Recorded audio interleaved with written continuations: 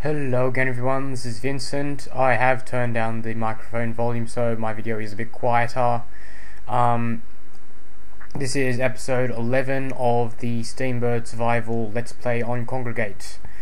I'm sorry that I've been away for like a month now, but I have been very busy with real life and frankly I just have no ideas or time do a commentary, so I've decided to do one of my old ideas, which I'm not sure how entertaining it was, but it is talking about some of the stuff in my school subjects. I'm not going to be doing it in a foreign accent though, so for those of you looking for that, I don't think that was that entertaining anyway. Yeah, so I'll just be talking about complex numbers for the rest of this video. And if you have any better idea on what to talk about, just comment please. Okay, so complex numbers. In complex numbers we're introduced to a new concept called I, which is the square root of -1.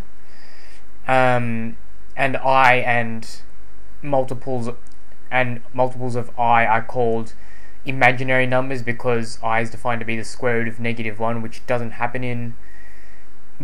usually doesn't happen, as opposed to real numbers where they're your normal numbers which you play around with every day. So a complex number is defined to be a number which has both a real and an imaginary part. So you would express in the form of a plus bi, where a is the real part, and a and b are real numbers, and b is the imaginary part.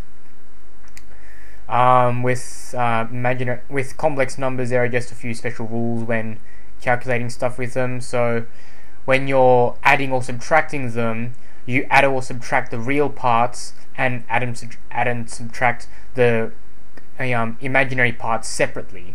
So say you add two complex numbers, 1 plus I and 2 plus 3i.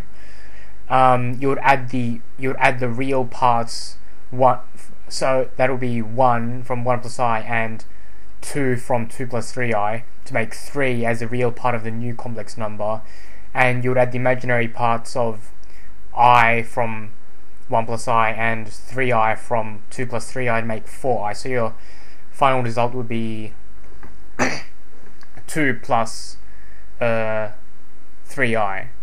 No, wait. 3 plus 4i, sorry. And when we're multiplying complex numbers, you have to treat them as brackets. So say you're multiplying 1 plus I by 1 plus I, you just use for simplicity's sake. If we expand it, we get 1 plus 2i plus I squared, but we know that I squared is equal to -1 because of the definition of I. So we turn I squared into -1, then make that a real number. So the final result would be 1 plus 2i minus 1, which would be 2i. Now when we're dividing complex numbers, it gets a bit tricky because we have to bring in a new concept called the conjugate. Now a conjugate of a complex number has the same real part, but has a negative of the imaginary part. So the conjugate of a plus bi is equal to a minus bi. Now what's special about the conjugate is that when you multiply a complex number by its conjugate, you get a real number. So a plus bi multiplied by a minus bi is equal to a squared a squared minus b squared I squared, but we know that I squared is -1, so it will become a squared plus b squared, which is a real number. So say we're dividing 1 plus I over 1 minus I, we would have to multiply both top and bottom by the conjugate of the denominator. So the conjugate of 1 minus I would be 1 plus I, so multiply the top by 1 plus I as well, and then you calculate the calculate the bottom. So 1 minus I, 1 plus I is equal to multiplied by 1 minus I is equal to 2, and the top would be 1 plus I squared, which is 2I. So 2I divided by 2 is I. That would be your answer for 1 plus I divided by 1 minus I. And now because what's next? Argand diagrams. Now, because complex numbers are made up of two parts, you can represent them as two vectors on a plane. So most of you should be familiar with an xy plane with x on the horizontal axis and y on the vertical axis, but instead for complex numbers we're going to use the real part of the real number line as the x-axis, and the imaginary number line, so I multiplied by the real number line, on the vertical axis. And a complex number is basically an arrow starting from the origin 0, 0 to the point, and the position of the point has a coordinate of the real part across and the imaginary part upwards or downwards, depending on the signage of the point. So and to represent the complex number, you just have to draw the arrow from the origin to the point. And this is because we can split the vector in the complex number into two components, which is the horizontal real part and the vertical imaginary part. And if you can add vectors, you know that you put the vectors head to tail and then draw the final vector from the start to finish. And when we represent it on a Argand diagram, that's what the plane is called. There are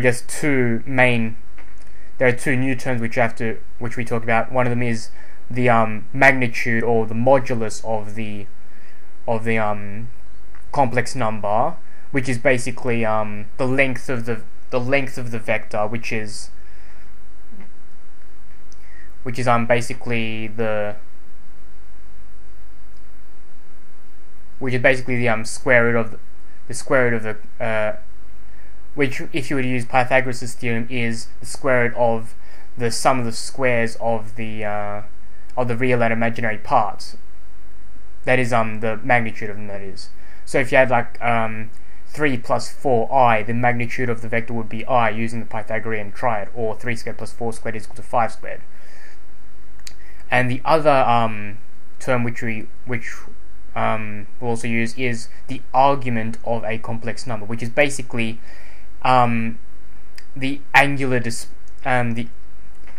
how deflected from the horizontal a complex number is, or the angle measured from the horizontal axis anti-clockwise, but the argument has a range of negative pi to pi radians, or negative 180 to 180 degrees, because if you go past 180 degrees you would just end up in the negative zone. So that's our arbitrary range. We could set it to 0 to 2 pi, but just convention to go from pi to negative pi.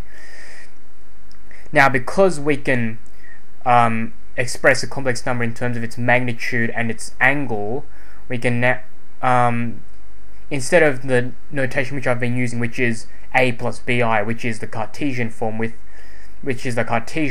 can have the coordinate polar form of the complex number, which is r multiplied by cos theta plus I sine theta, because where theta is the argument of the complex number and r is a magnitude.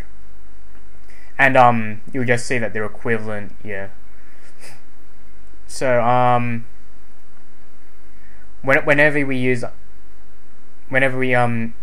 it turns out that when we use polar coordinate form, multiplication of complex number ends up to be adding the arguments together.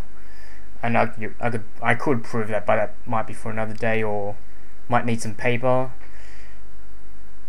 The next thing is de Moivre's theorem, which basically states that if you have a complex number raised to the nth power, the result is r to the power of n multiplied by cos n theta plus I sine n theta. I could prove it, but I seem to have run out of time, so I'll see you in the next episode.